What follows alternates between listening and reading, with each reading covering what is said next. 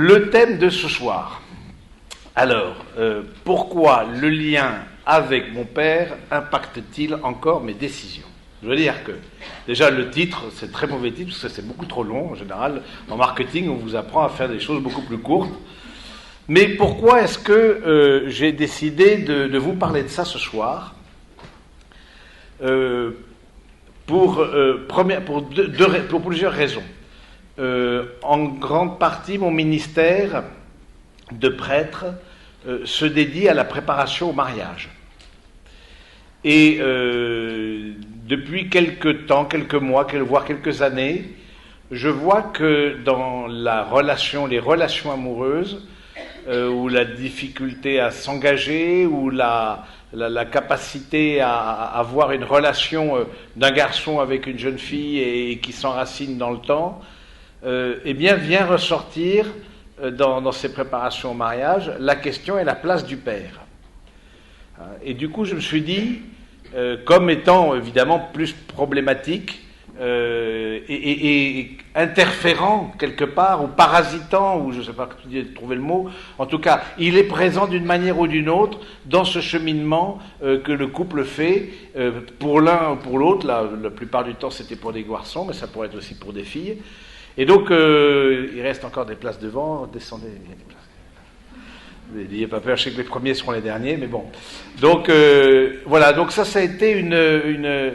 Et puis, ensuite, c'est vrai que c'est un thème dont on ne parle que très peu. Je trouve, en tout cas, moi, je suis assez attentif à ce qui se fait sur Paris ou en France, qui est dirigé aux jeunes, etc., et on voit qu'au fond, la place du père et le rôle du père, et de voir en quoi, au fond, ça m'a construit ou au contraire, ça m'a fragilisé, eh bien, c'est un aspect qui est assez peu traité. Et puis, peut-être aussi une troisième raison, peut-être plus personnelle celle-ci, je n'ai pas connu mon père. Mon père était officier de marine dans l'aéronavale, et il est mort aux commandes de son hélicoptère, et j'avais 1 an et demi. Et du coup, à la guerre d'Algérie, et du coup, je me suis dit, ça peut être aussi intéressant je ne vais pas vous raconter ma vie, mais en tout cas, moi j'ai dû travailler sur cette question-là. Maman s'étant remariée ensuite avec une personne, un veuf. Et donc, voilà, c'est quelque chose aussi qui me tient à cœur, parce que je me dis, c'est important de donner des témoignages, si dans vos familles ou dans votre histoire, le lien avec votre père n'est peut-être pas évident, ou par son absence, là c'est le cas du décès, ou par la difficulté de relation, ou parce que voilà, un homme peut-être aussi, ça a ses fragilités. Du coup, au plan personnel, je me suis dit, ça pouvait être intéressant de donner un peu un témoignage, et puis de me livrer de cette manière-là. Alors, on va commencer d'abord il y aura une grosse partie qui est psychologique, ça ne vous étonnera pas, et je vais mettre ça, on va mettre ça en ligne déjà. La conférence sera en ligne, et puis ensuite le document dont je m'inspire sera aussi en ligne sur le site de SPSP, qui est un document qui a été fait en grande partie par Elsa Benoît, que je ne connaissais pas, mais je trouvais intéressant de voir sa démarche et comment elle présente le rôle du père dans la construction de l'enfant. Pourquoi s'attacher peut-être plus au rôle du père? Première question. Pourquoi s'attacher plus à ça? Parce que c'est un rôle, j'allais dire, moins évident. C'est un rôle qui ne s'enracine pas dans la nature, dans le sens, il y a une continuité évidente entre la mère et l'enfant, de par la gestation, la grossesse, etc., de par l'allaitement. Le lien se fait, j'allais dire, plus naturellement, s'inscrit dans la biologie. Hein, et alors que le lien avec le père, c'est quelque chose qu'on en parle en psychologie, c'est quelque chose qu'on appelle de symbolique. Symbolique, il faut bien le comprendre, c'est-à-dire c'est une représentation de l'image que l'enfant se fait dans sa tête de son père. Symbolique, non pas que ça n'a pas d'importance comme l'euro symbolique, mais c'est comment est-ce que je me représente mon père, et la manière dont je me représente mon père influe aussi sur ma manière de me voir moi-même, et de me voir, parce que qu'est-ce qui construit au fond un enfant? C'est à la fois la différence des sexes et à la fois la différence des âges. Et à travers ces deux différences, il y a une construction de l'enfant, et du coup qui va faire que, en fonction de la manière, de la vision qu'il a de son propre père, eh bien, cette image est plus ou moins intégrée vers les 6 ans, en tout cas c'est une étape, et s'il y a quelque chose qui a été positif, même dans une absence, on le verra tout à l'heure, du père pour X raisons, mais s'il y a un souvenir, s'il y a un aspect positif qui a été transmis, dans l'image et dans le cœur de l'enfant, eh bien c'est quelque chose de très important. Parce que au fond, ce rôle du père va aussi dépendre beaucoup de la place que la mère lui accorde. Et donc aussi de réfléchir au couple de vos parents. Ce qui n'est pas forcément évident. On se représente les parents comme parents, mais on ne se représente pas forcément les parents comme couple. Et donc du coup, de voir comment est-ce qu'eux-mêmes ont fonctionné et comment est-ce qu'ils s'harmonisent entre eux, sachant que un père, quelque part, c'est la femme aussi qui met l'homme à sa place, qui lui donne sa place, puisque, comme je l'ai dit, de façon biologique, elle est moins naturelle, elle est moins évidente peut-être à trouver, mais c'est important de se dire que un regard positif de l'épouse sur son époux va construire l'enfant dans cette démarche de quelqu'un avec lequel, si je suis un garçon, eh bien je vais m'identifier, si je suis une fille, quelqu'un vers les hommes en général, je vais être attiré. Parce que justement, la mère, dans ce sens-là, je vois il y a beaucoup de jeunes filles dans l'assemblée, mais si d'aventure vous vous mariez un jour, comme il est important de se dire que c'est vous qui, d'une manière ou d'une autre, rendez le père présent, qui lui donnait sa place. Je pense à un exemple dans les préparations au mariage que j'ai eu quelque part à accompagner il y a plusieurs années, d'une jeune fille qui disait, ben voilà, moi, ma mère, c'est elle qui organisait tout à la maison. C'est-à-dire, grosso modo, mon père n'avait pas son mot à dire. C'est elle, tout était organisé, verrouillé, etc., etc. Et je n'avais pas je voyais pas où était la place de mon père. Et puis non seulement je la voyais pas, mais d'une manière ou d'une autre, elle le dévalorisait. Elle le dévalorisait, et donc du coup, et elle me dit, moi, comment est-ce que je vais faire comme future épouse et future mère de famille pour donner aussi la place à mon mari, sachant que je n'ai pas eu ce modèle-là dans ma propre famille, non pas qu'il y ait eu un modèle traumatisant, etc., mais simplement, la mère était tellement omniprésente, et le père tellement mis, mais à un niveau, j'allais dire, assez faible de présence, en tout cas pas du tout valorisé, voire au contraire, humilié, le terme est fort, mais en tout cas diminué dans son importance. Donc du coup, comment je vais faire pour me construire ? Donc c'est intéressant de se dire que quand on parle de relation du père dans sa propre existence, évidemment, ça renvoie à la relation des époux que représentent nos parents. Hein, et comment ont-ils réagi et comment est-ce qu'ils ont, d'une manière ou d'une autre, vécu cette relation-là. Il y a 3 fonctions, ce qu'on appelle la fonction paternelle. Il y a 3 fonctions qui sont très importante dans le rôle du père dans la famille. C'est ce qu'on appelle, premièrement, la fonction de tiers séparateur. Le tiers séparateur, c'est-à-dire, parce que l'enfant, quand il naît, au fond, sa mère est le prolongement de lui-même. Et donc, l'enfant, quand il naît, il ne voit pas la différence. C'est normal, il est dans un état de fusionnel, déjà, la fusion in utero, évidemment, et puis ensuite avec l'allaitement, etc., etc. Il y a cette fusion qui fait qu'il ne fait pas la différence entre lui et sa maman. Et le père, c'est ce tiers, ce qu'on appelle le tiers séparateur, c'est-à-dire qui permet progressivement de dire, de faire prendre conscience à l'enfant qu'avant d'être sa maman, c'est d'abord une épouse. Et donc c'est celui qui va aider donc à la régulation entre mère et enfant, et à faire que justement l'enfant arrive dans une certaine autonomie. On voit par exemple à l'âge adulte des personnes qui n'ont pas vécu ça, qui n'ont pas vécu une suffisante distance avec leur mère, par exemple. Je pense plutôt des garçons. Hein. Et donc, du coup, une suffisante distance avec la mère qui restent encore trop fusionnels avec leur mère, qui restent encore trop en dépendance. Du coup, déjà dans leur recherche, voilà, amoureuse, on se dit, mais est-ce qu'ils recherchent une mère, est-ce qu'ils recherchent une femme? Bon, chez l'homme, ça peut être un peu oui. Parfois, on peut se poser la question. Du coup, il faut lui poser la question. Mais c'est intéressant de se dire que c'est aussi une personne, parce que la séparation n'a pas été faite.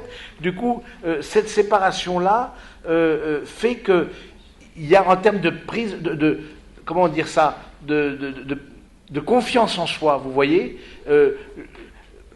On dit souvent, voilà, un enfant, ah ben t'es toujours dans les jupes de ta mère, toujours besoin d'être rassuré. Parce qu'il n'y a pas eu cette expérience masculine, cette présence masculine, qui a fait justement cette séparation d'avec la mère, ce tiers séparateur qui fait que justement l'enfant trouve une certaine autonomie. On peut dire aussi que si la mère met au monde l'enfant biologiquement, charnellement, le père met au monde aussi l'enfant dans le sens où il le retire, où progressivement lui donne une autonomie par rapport à une protection trop forte ou une surprotection maternelle, etc. Et il l'envoie vers le monde. Et ça, je crois que c'est très important. Il met au monde dans ce sens-là. Il l'envoie au-delà d'une sécurité immédiate. Et quand il joue bien son rôle, c'est ça, c'est d'encourager à une autonomie, d'encourager à une prise de décision, d'encourager au risque. Alors que, voilà, au contraire, je veux dire, maternel, au plan maternel, souvent, sans tomber dans des schémas, mais il y a plutôt ce côté très protecteur. Mais justement, un père qui joue bien son rôle, c'est celui qui met dans le risque, c'est lui qui permet à l'autre de prendre une autonomie au-delà d'une sécurité immédiate et au-delà d'une protection. S'il n'y a pas ça, forcément, il y a toujours ce désir de protection. Vous voyez, il y a toujours inconsciemment. Parce que je n'ai pas eu quelqu'un qui était derrière moi et qui m'a dit vas-y, je suis avec toi, même si tu te casses la figure, même si ça ne va pas dans ta vie, mais prends tes décisions, je serai avec toi. Eh bien, du coup, je trouve que de ce point de vue-là, s'il n'y a pas eu ça, c'est sûr que dans le développement ensuite, dans l'âge adulte, le jeune adulte, l'adolescent ou le jeune adulte, évidemment, aura du mal à prendre les décisions, sera dans une certaine...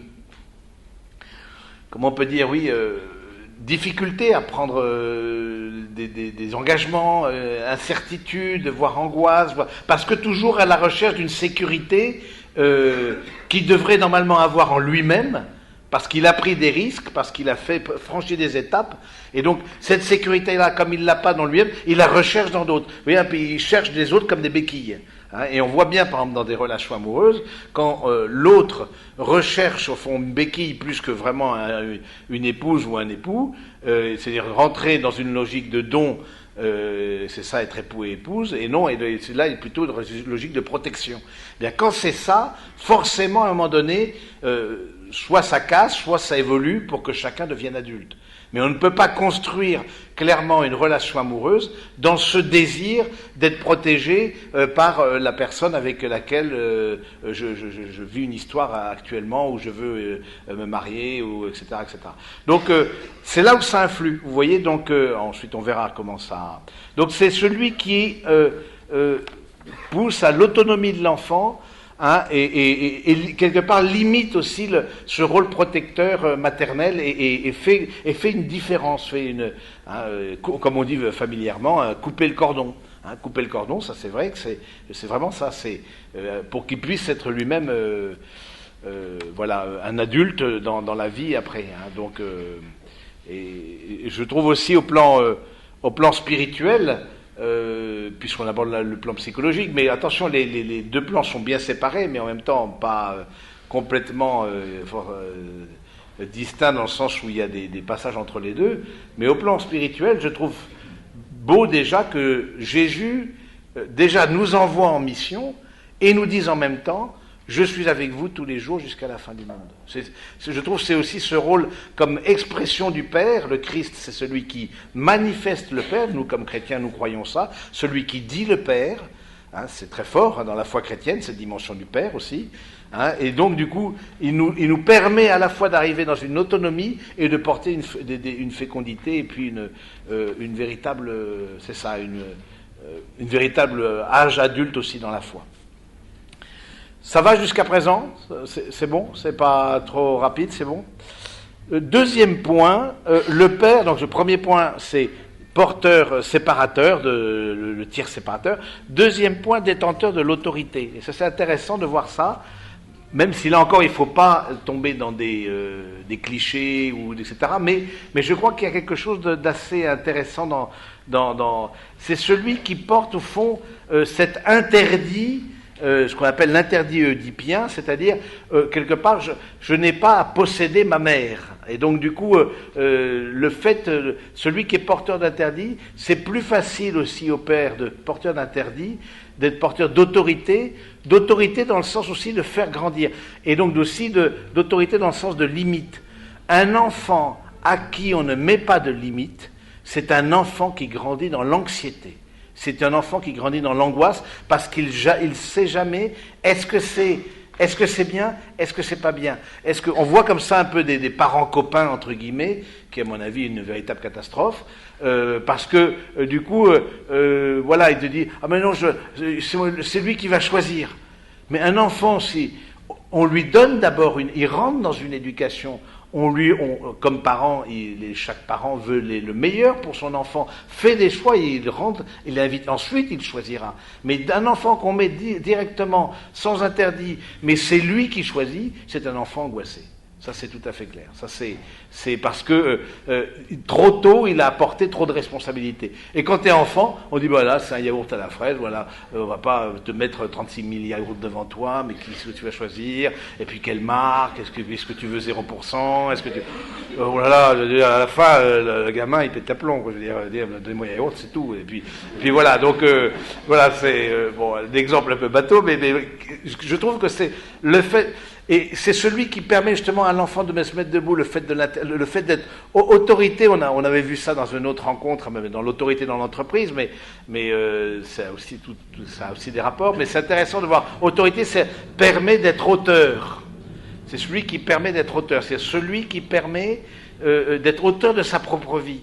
Celui qui est à autorité, celui qui justement, et ça vient de augere en latin, qui fait grandir dans ce sens-là. Donc on est loin de qui est une déviance, de cet autoritarisme paternel, qu'on va voir tout à l'heure, comme une vraie difficulté.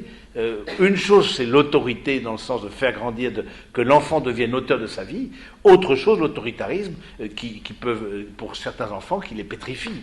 Hein, moi, j'accompagne des personnes qui ont été apeurées par leur père, surtout des colères paternelles, etc.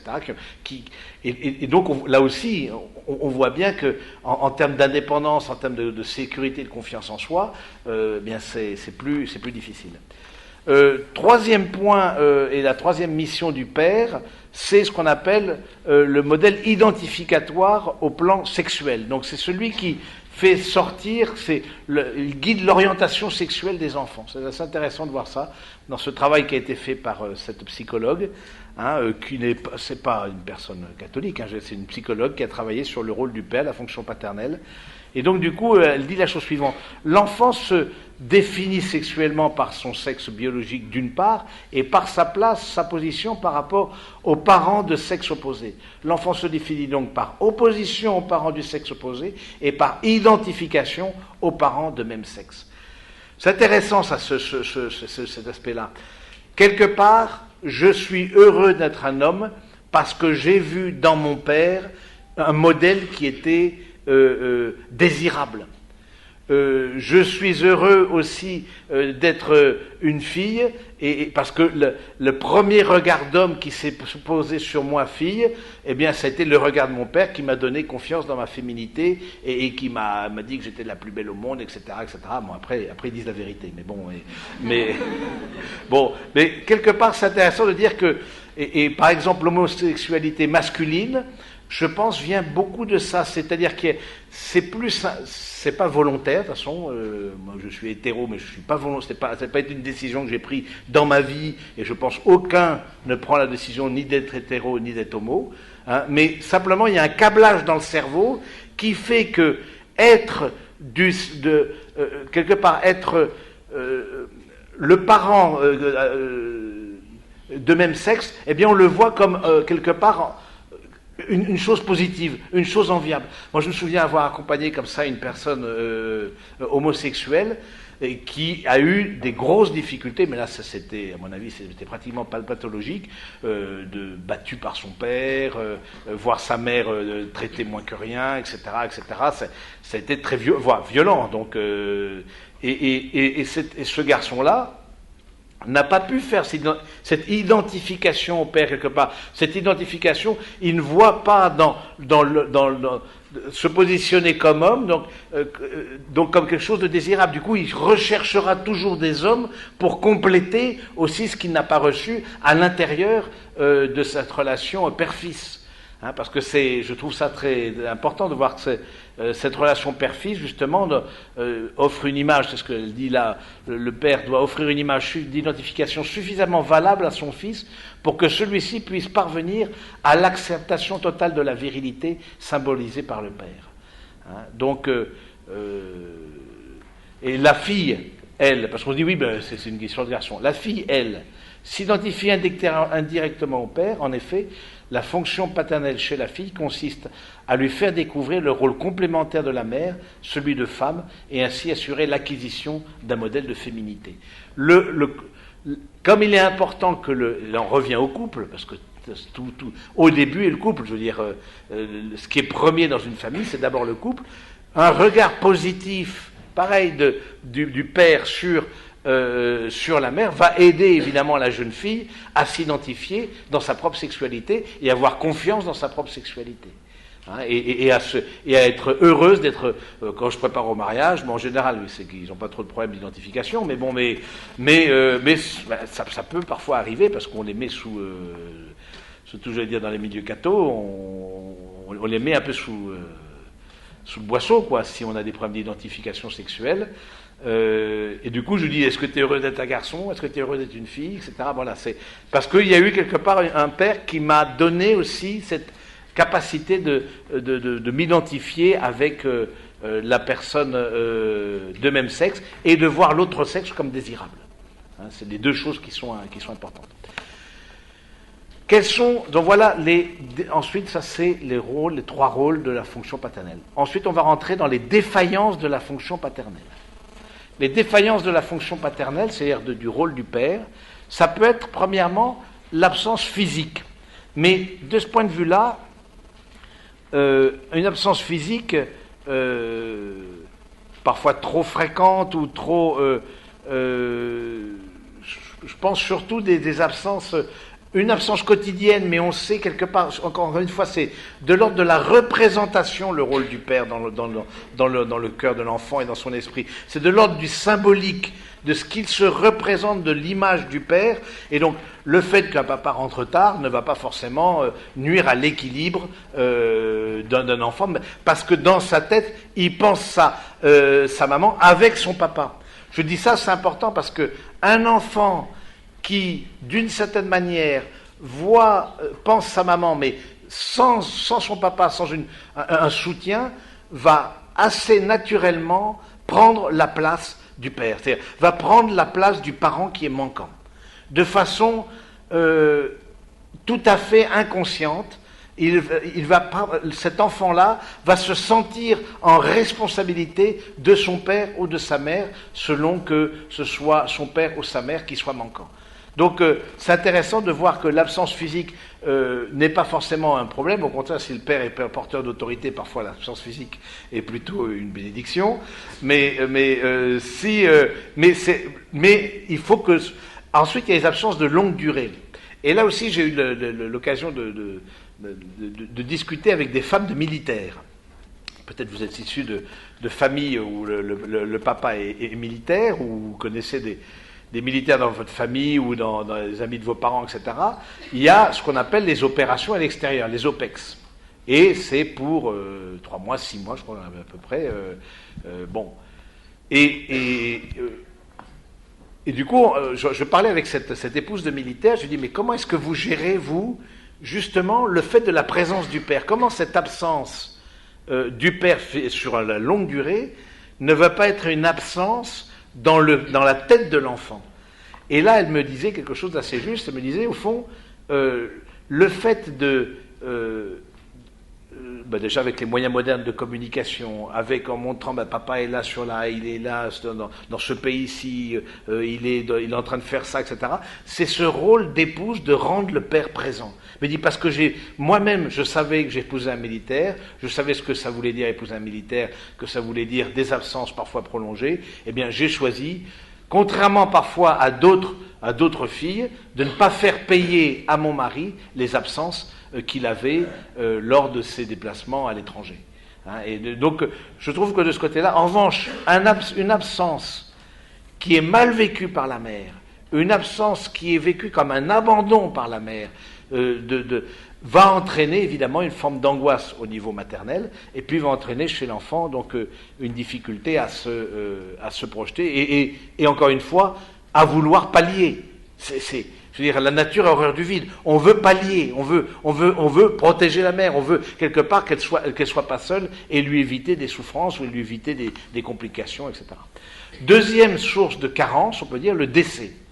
Le décès, là aussi, ça dépend un peu des circonstances du décès, évidemment, mais tout dépend aussi de plusieurs choses. C'est que dans le cas de décès, il peut y avoir, c'est ça qui est assez intéressant, et moi je l'ai aussi vécu dans ma propre vie,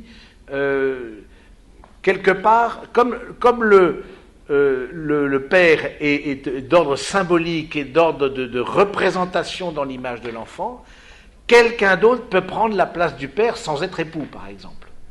Je vois par exemple mon oncle, côté paternel, a clairement pris cette place. Mais je m'en suis rendu compte qu'après.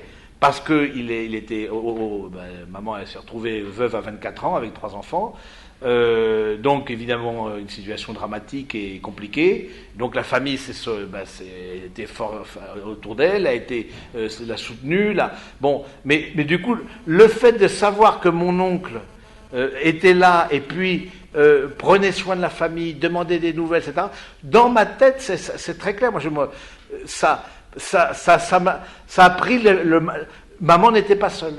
Après elle s'est remariée, donc a fortiori elle était encore moins seule, elle a eu quelqu'un qui... Mais je n'ai pas vécu, même si je pense que dans ma personnalité, il y a des choses qui auraient été différentes. Le fait de connaître son père, évidemment, ça change tout à fait les choses. De ne pas le connaître, il y a certainement des immaturités en moi, il y a des choses qui ne sont pas construites ou qui sont construites différemment, mais on y reviendra tout à l'heure. Mais en tout cas, c'est intéressant de voir que le décès du père, tout dépend comment il est présenté, et tout dépend si la mère ensuite est d'une manière ou d'une autre est protégée et quelque part est soutenue, quoi.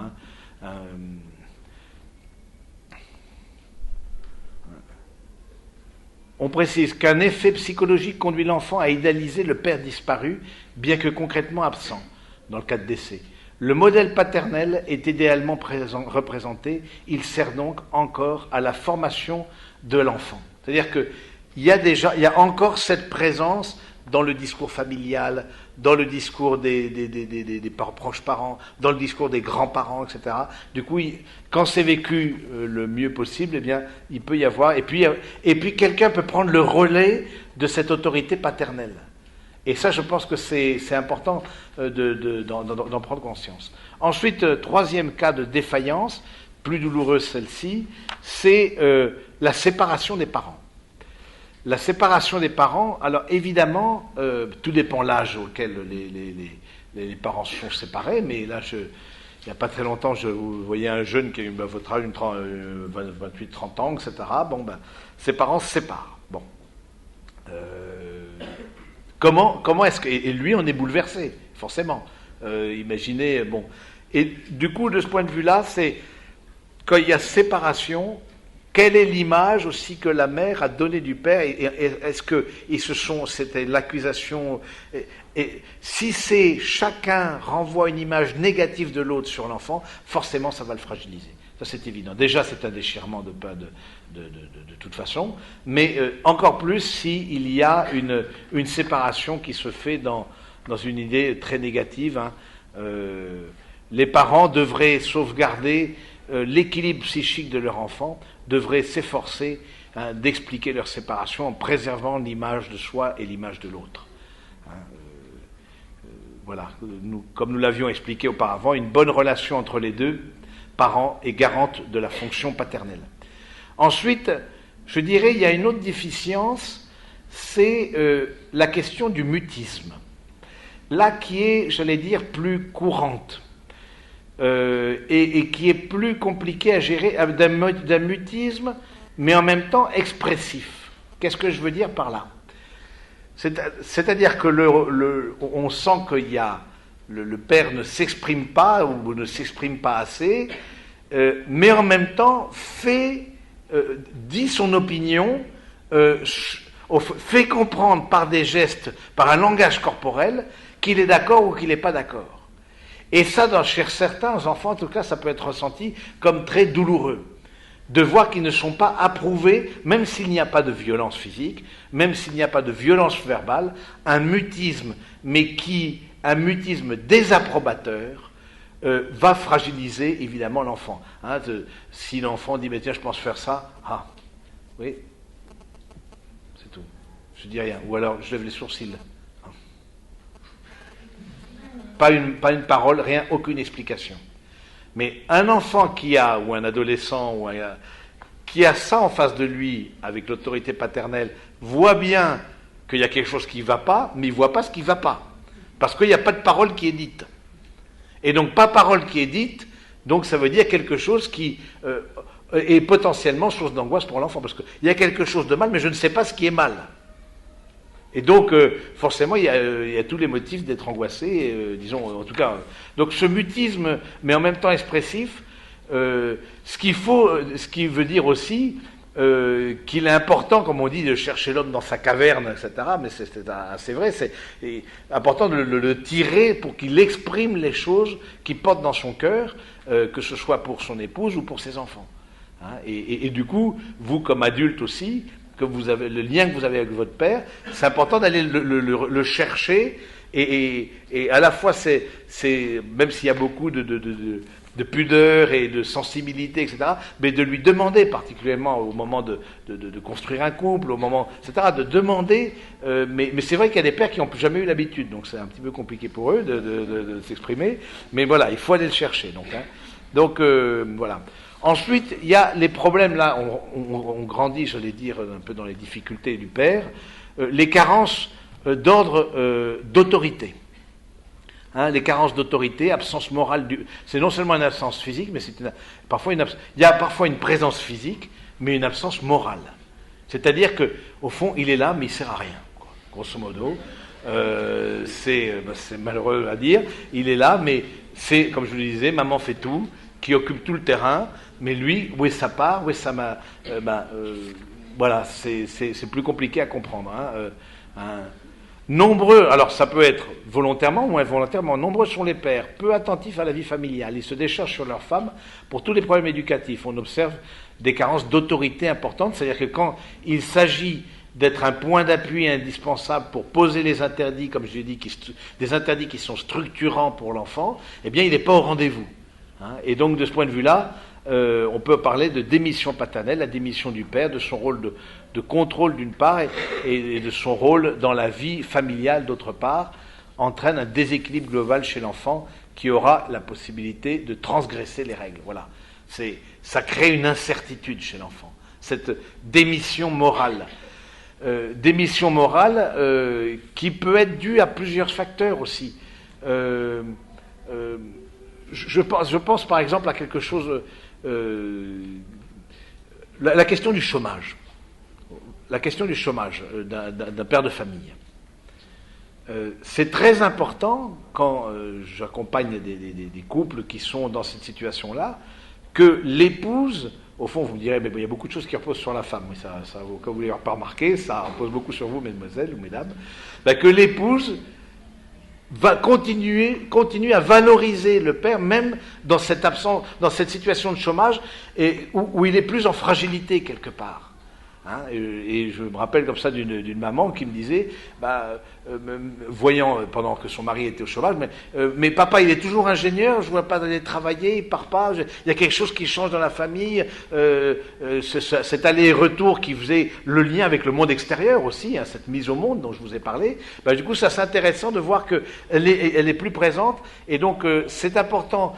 Quand l'homme ou la femme sont en situation de fragilité, d'où l'importance de la vie en couple, que chacun valorise l'autre dans cette situation de fragilité, et le valorise et le soutienne. Parce que ce n'est pas au contraire en diminuant l'autre, en le mettant dans une pauvreté plus grande face à ses enfants ou face à son épouse ou à ses parents ou aux autres, qu'on va l'aider, et en fortiori qu'on va aider les enfants à grandir.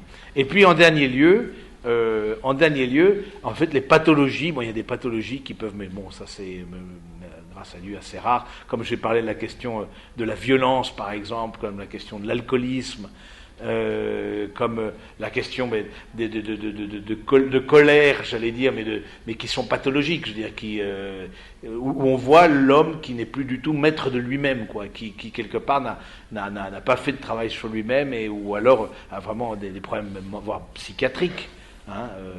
Alors là, c'est autre chose. Là, je pense que il suffit pas de valoriser, il faut aussi protéger, Et la loi aussi permet de protéger des enfants qui sont dans des situations pareilles.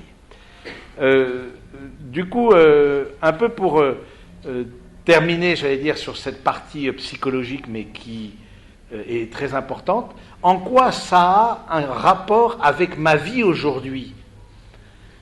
Chacun de vous, si vous avez eu un père, qui vous a encouragé, avec lequel vous avez vu l'homme grâce à lui comme jeune fille, comme désirable, et comme garçon identifiable à lui, etc. Bon, si vous avez eu cette grâce-là, je pense que d'abord c'est de remercier aussi le Seigneur dans sa propre vie, mais de remercier le Seigneur pour le Père qu'on a eu. Mais si d'aventure il n'a pas, vous auriez attendu autre chose, il n'a pas été là au moment clé de votre vie, il n'a pas été là où il n'a pas été présent, ou au contraire, il a été celui qui vous tirait vers le bas, qui vous angoissait, qui vous faisait perdre confiance, qui vous déstabilisait, qui vous disait, je me rappelle comme ça un couple,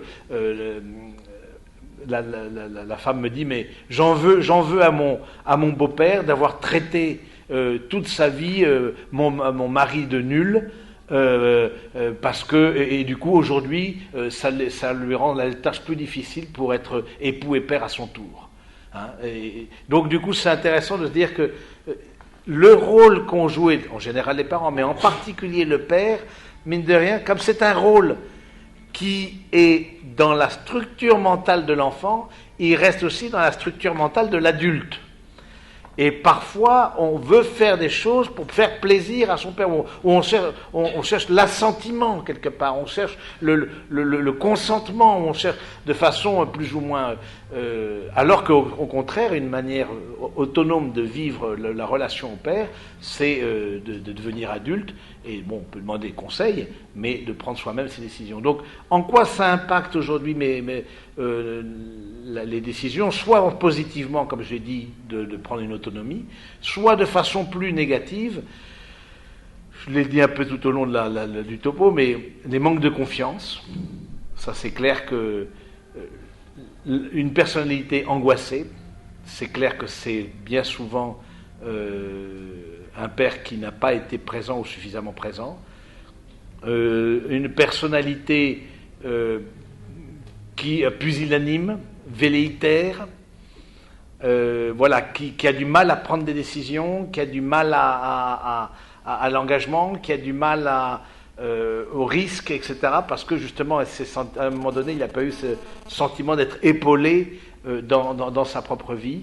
Et donc, voilà, donc c'est dans ce sens-là qu'il peut y avoir, et encore une fois, chaque cas est particulier, je vous donne des généralités, mais c'est intéressant de relire, vous êtes à un âge, je trouve, qui est aussi intéressant, surtout si vous envisagez, ou vous êtes dans une relation à deux, ou vous envisagez une relation à deux, ou vous souhaitez fonder une famille plus tard, de prendre ce temps de relecture aussi, de relecture par rapport au rôle qu'a eu le père, et en même temps, et là c'est l'aspect plus spirituel, j'allais dire, de mon intervention, mais en même temps de rentrer dans une miséricorde. Je pense qu'il y a parfois des pardons à donner à ses propres parents, père ou mère, mais aussi des pardons à donner parce que on attendait autre chose d'eux, ou on aurait souhaité quelque chose qui soit différent, un soutien, un appui. Et de ce point de vue-là, je trouve très beau de voir que nous-mêmes, comme chrétiens, nous avons comme un aspect très important de notre vie et de notre foi, cette dimension du pardon et de la réconciliation. Je me souviens, cet homme, il se trouvait que c'est un militaire, mais il n'y a pas que les militaires qui peuvent demander pardon, mais qui dit, voilà, j'ai été très dur avec ma fille aînée.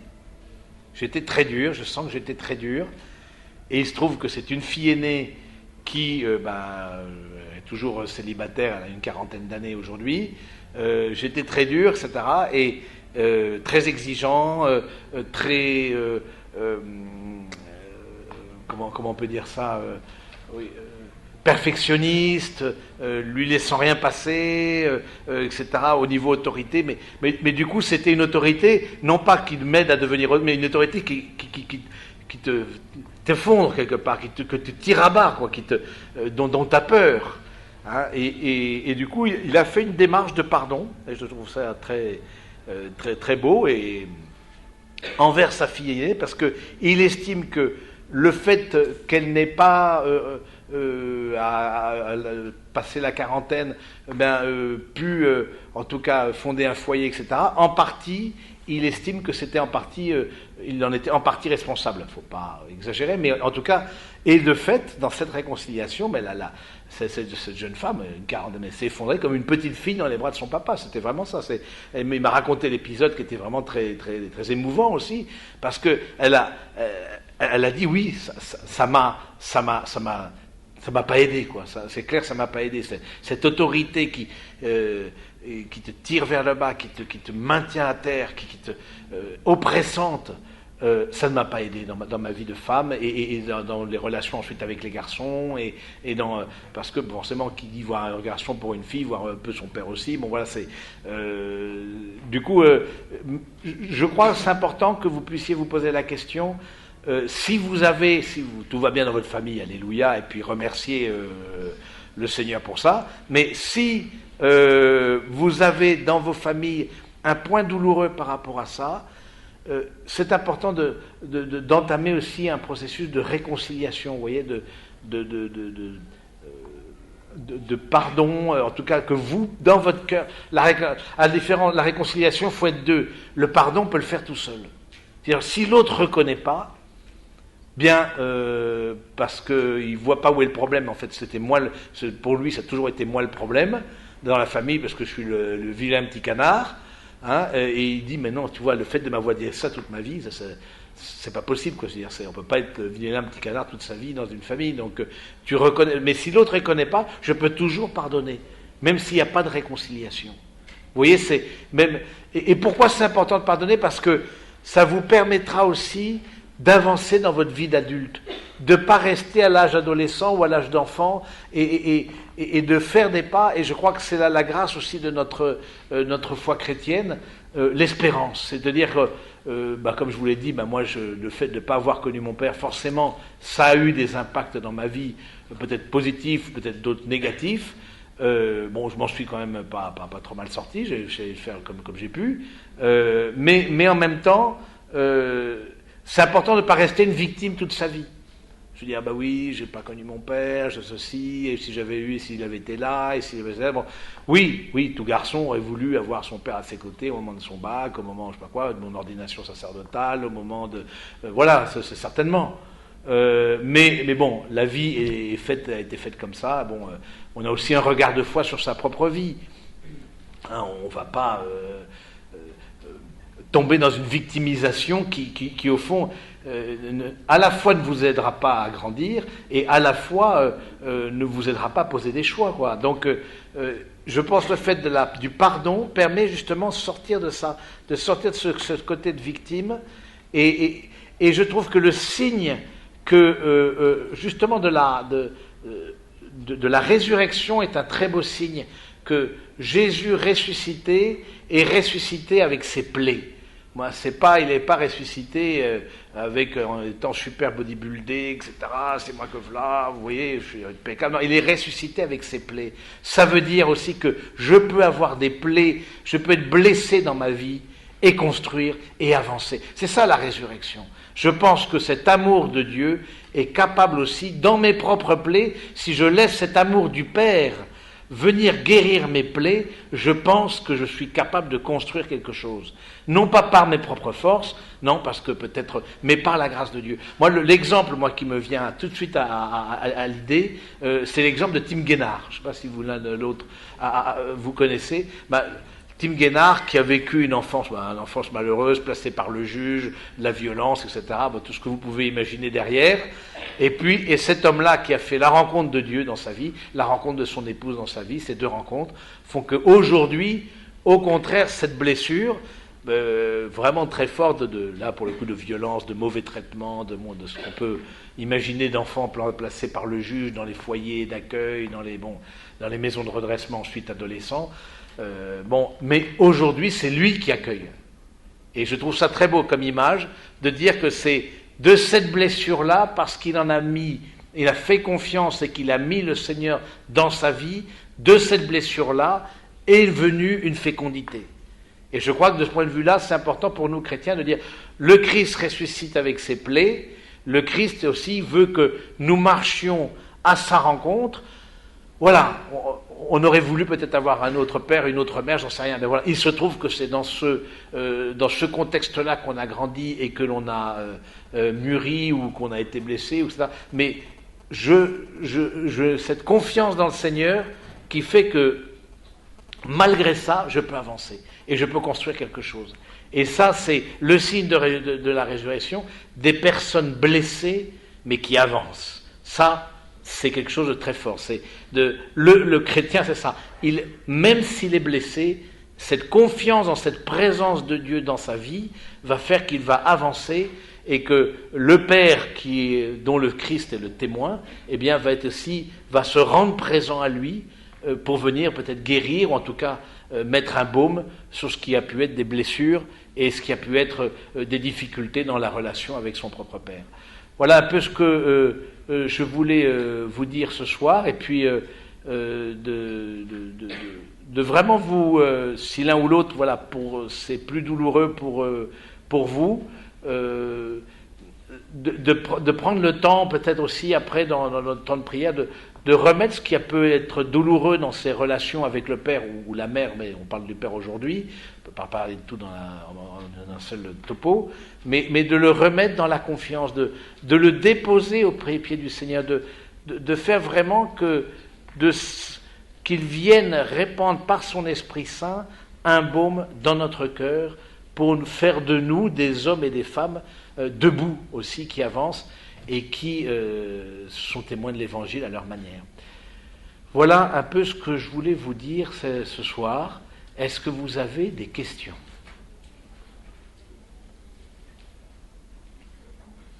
Est-ce que c'était clair ? Bon, en général, avec moi, c'est clair. Est-ce que vous avez des questions ? Est-ce que vous avez des ajouts, témoignages ?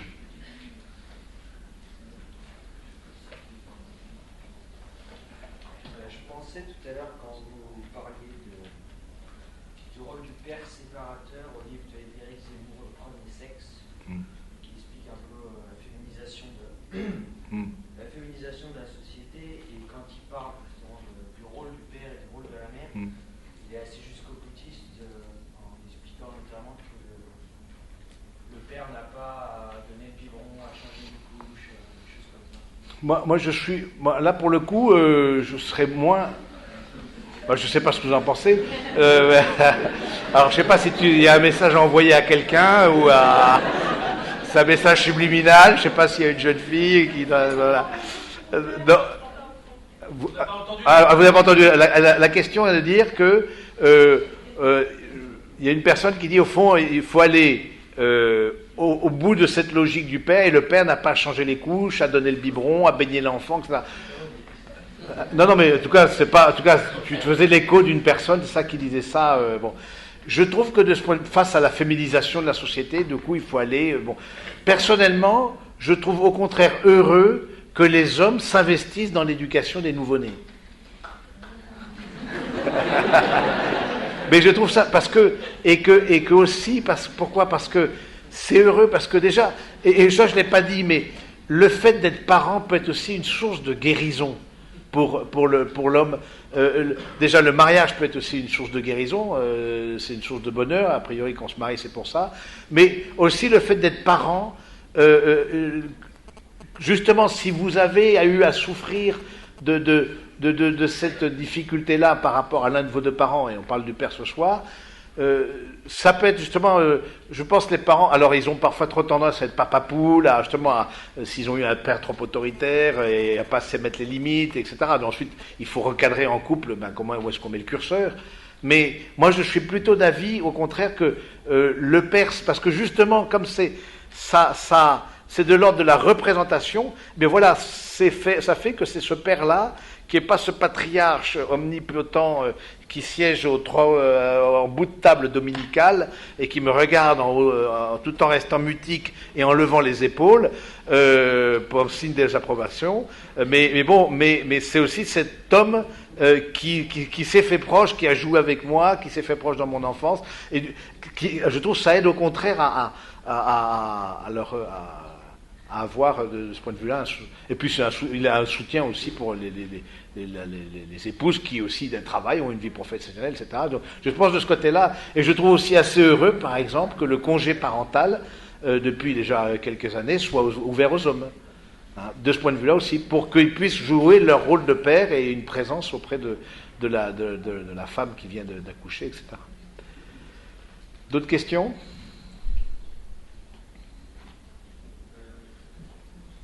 Ouais, allez-y, mettez-vous debout, si c'est comme ça on entendra bien. Je sais pas. Je suis étonnée que dans les défaillances de la fonction du père, il n'y ait pas d'infidélité. L'infidélité. Alors, c'est pas. Non, mais merci, parce que non, c'est pas. Non, c'est curieux, parce que c'est pas. Quelqu'un peut être. Alors, comment? C'est un peu la séparation, mais non, il peut y avoir. Non, mais infidélité. Ça peut être sans séparation. Sans divorce, mais oui, ils sont séparés, mais ils peuvent. Mais l'infidélité, je trouve, c'est beaucoup plus. Tout dépend comment c'est géré en couple après.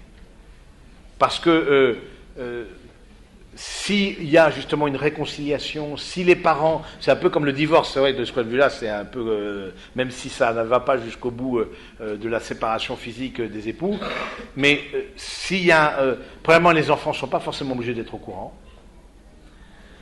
Ensuite, il peut y avoir un moment de fragilité, un moment de faiblesse, etc., d'un homme qui, dans une situation, et puis les infidélités, on sait très bien, même si les hommes sont peut-être plus sensibles et fragiles de ce côté-là, mais c'est toujours aussi le signe de quelque chose dans le couple, pas que uniquement quelque chose dans l'homme. Hein, et donc, de ce fait-là, moi, je ne vois pas l'infidélité, c'est une difficulté, bien sûr, mais c'est plutôt une difficulté de couple. Hein, je verrais plutôt ça. Quelqu'un peut être oui, je sais pas. On peut avoir en tout cas dans ce travail-là que j'ai trouvé et qui est assez complet. C'est pas vécu. Alors si c'est vécu comme un abandon, c'est ça toute la question. Est-ce que c'est vécu comme un abandon de la part du père?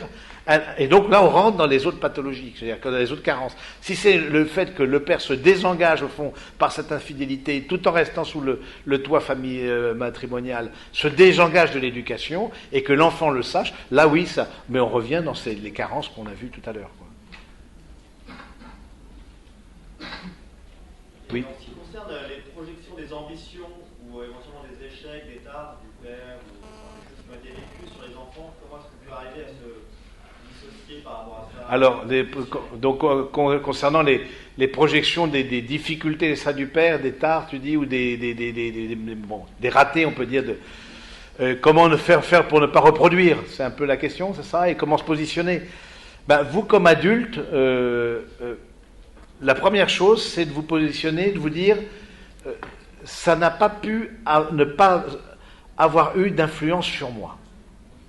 Si clairement, chez le père, il y a eu un manque dont on a parlé et qui a été vécu et qui était évident, criant, et qui, comme la violence, comme la colère, comme un autoritarisme excessif. Maintenant, ensuite, la démarche de pardon, une démarche spirituelle, et puis de se dire qu'est-ce qui en moi reste toujours, qu'est-ce qui en moi va faire que je vais vouloir ne pas reproduire ça? Qu'est-ce que je mets en route dans ma vie, en place dans ma vie, comme travail sur moi-même? Et on le sait bien qu'au moment de former un couple, ben c'est d'abord un travail sur soi-même qu'on doit faire. Hein, c'est chacun, parce que les problèmes de couple, c'est d'abord des problèmes de personne. Du coup, et puis il peut y avoir aussi une parole de vérité par rapport. Il peut y avoir un contact avec son père à l'âge où vous avez, d'une parole s'il n'y a pas eu de demande de pardon, si l'état de fait continue aussi, et depuis des années.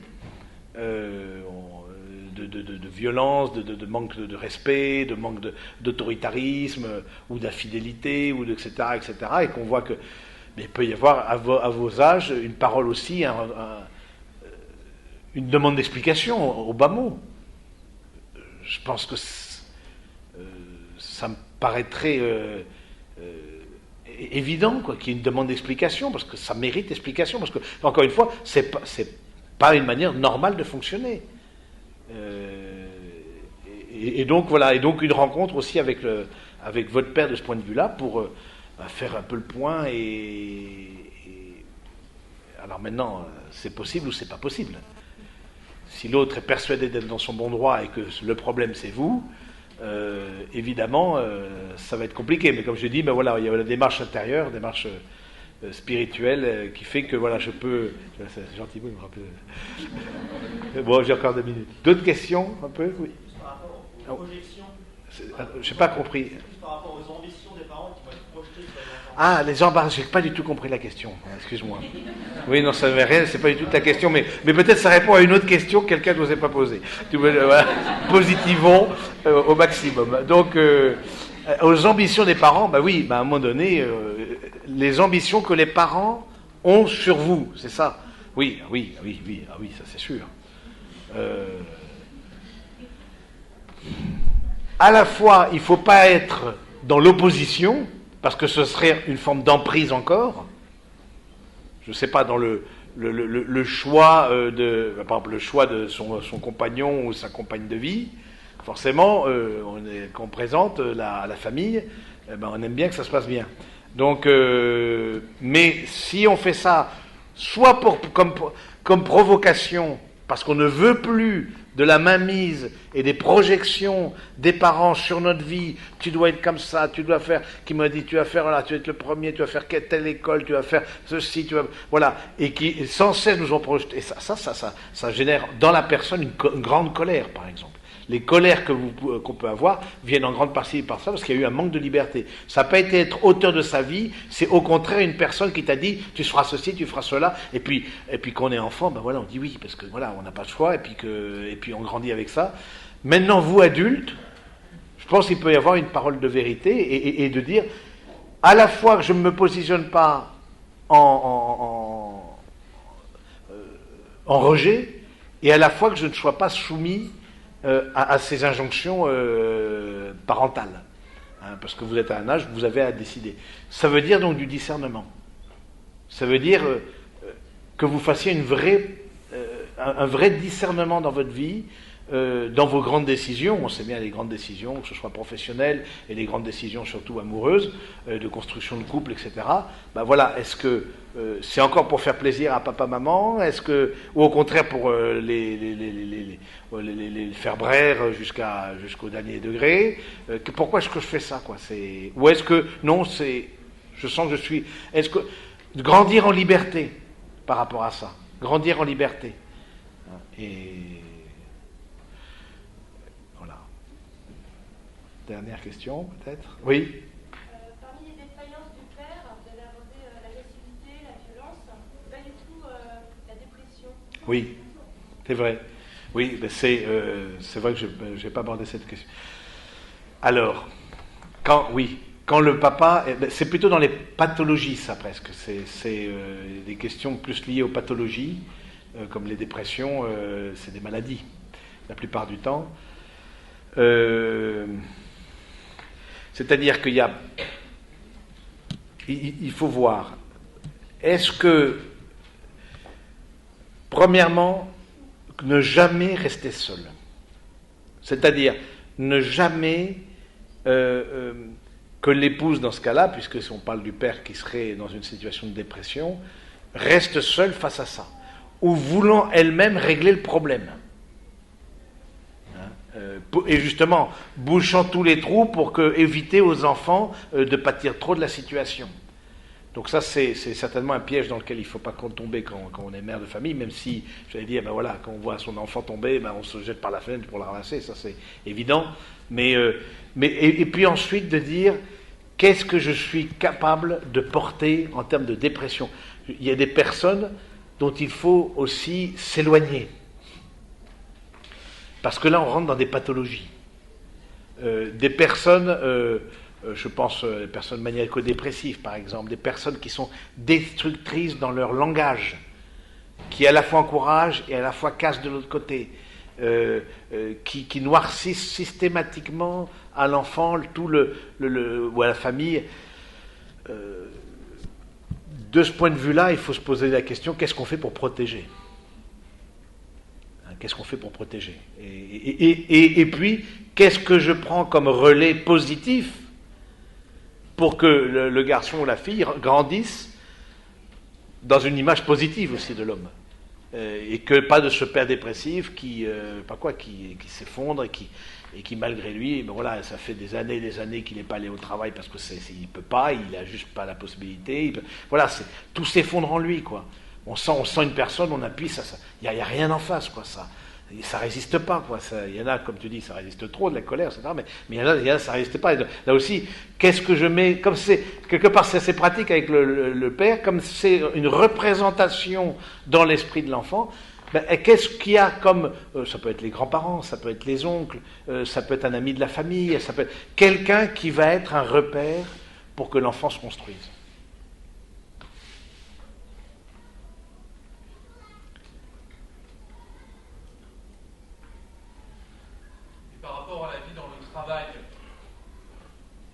Oui. Le rapport entre les rapports à ses parents et la vie professionnelle.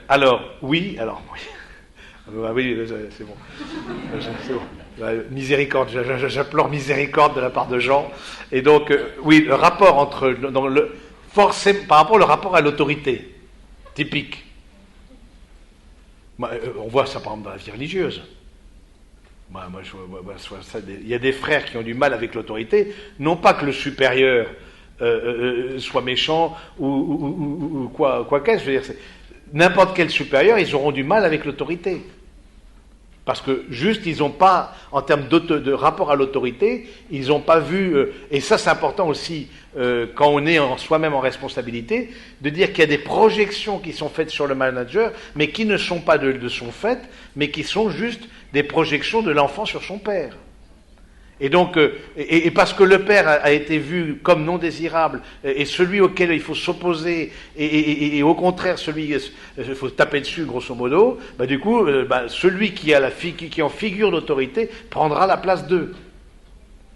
Hein, et de ce point de vue-là, je pense que, même si dans le milieu professionnel, on doit se limiter, je pense, on ne doit pas aller jusque dans ce niveau d'intimité des personnes, hein, parce que ça serait outrepasser la fonction de responsable, par exemple, mais on peut peut-être suggérer à la personne de dire, mais ça fait 3 managers que tu épuises, bon, on est tous des très très mauvais managers, surtout moi, mais est-ce que toi, de ton côté, tu vois pas qu'il y a autre chose que tu pourrais travailler? Mais il est clair que ça a un rapport. Ou aussi la capacité de prendre des décisions, des risques, etc. Le côté pusillanime, velléitaire. Donc, on l'arrête là, voilà.